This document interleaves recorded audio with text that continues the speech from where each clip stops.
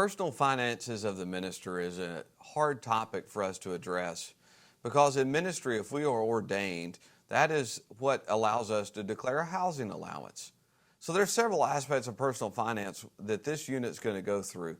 You're going to hear my voice overview this PowerPoint for you throughout. Let me just encourage you that not all accountants understand ministerial taxes. Not everyone in your church is going to understand ministerial taxes because ordained ministers are treated by the IRS the same way enlisted military are treated. So there's very few people that deal with these aspects of ministry. So I just want to help you understand the personal finance plan. As you walk through this, a salary plan is composed of two elements. There's a few documents in this course that help you. There's a budget guide to help you create your own personal budget. And there's also a document to help churches figure out a salary package for a minister. And so what a salary plan would look like for the church.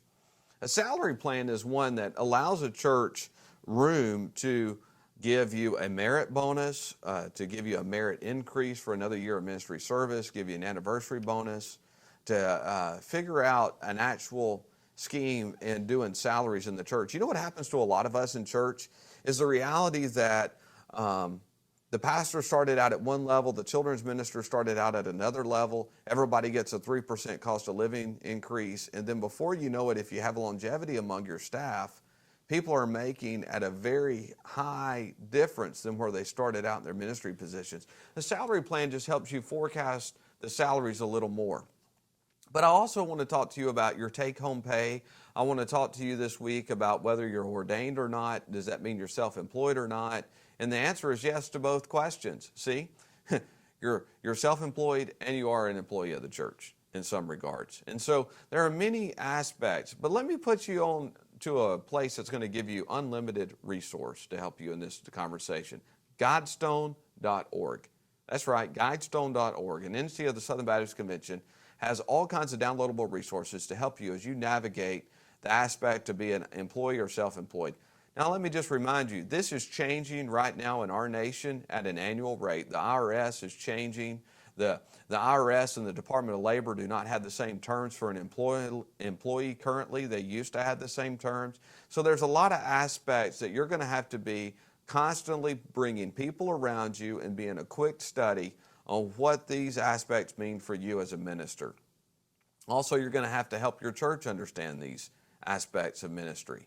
Who is an ordained minister? Who is ordained? How do you get our housing allowance approved that is done by the minister, not the church? And how does the church endorse it? And there's a December 31 deadline. This is where a lot of us make mistakes in local church with our ministerial finances.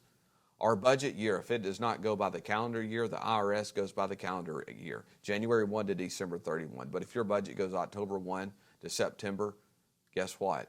Your salary may change within those tax years. Your aspects may change of what that looks like. And so there's several things you need to be aware of. This unit's helping you unpack all of those. So we're going to deal with taxes.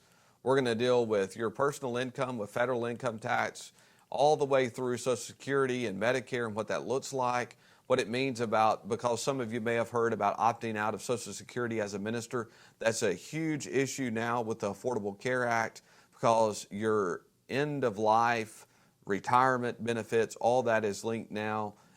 Everybody gets Medicare, so you want to be sure you've done some things because the years have kind of changed what that really looks like. So I want you to consider benefits like life insurance, accidental insurance, health insurance, retirement, Social Security offset, all those things that a minister sometimes does not think about. This is not to scare you. This is just to help you. No, I'm available to help you. There are people in each state convention that work in the leadership department, the staff resource department that are available to help you in the Baptist convention in which your church resides. Just know that there are aspects that really impact you, whether it's your transportation, your school allowance, your educational expenses is what that's called, your entertainment allowance, your ministry reimbursables. And so all of this is just to help you be the best steward you can be.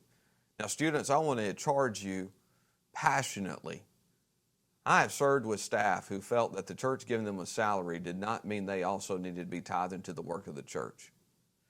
Ministers, you should be sure your church is faithfully supporting the cooperative program to allow for a cohesive mission effort to reach this world for Christ in America and around the world. You also, as a minister, should be giving at least 10% of your income back to the work of the local church as your tithe as you lead the people. And then an offering is above and beyond that. I am passionate about that. There were times in my life that did not occur because I was not taught at a young age the importance of tithing. And I'm trying to teach my children the importance of tithing at their young ages.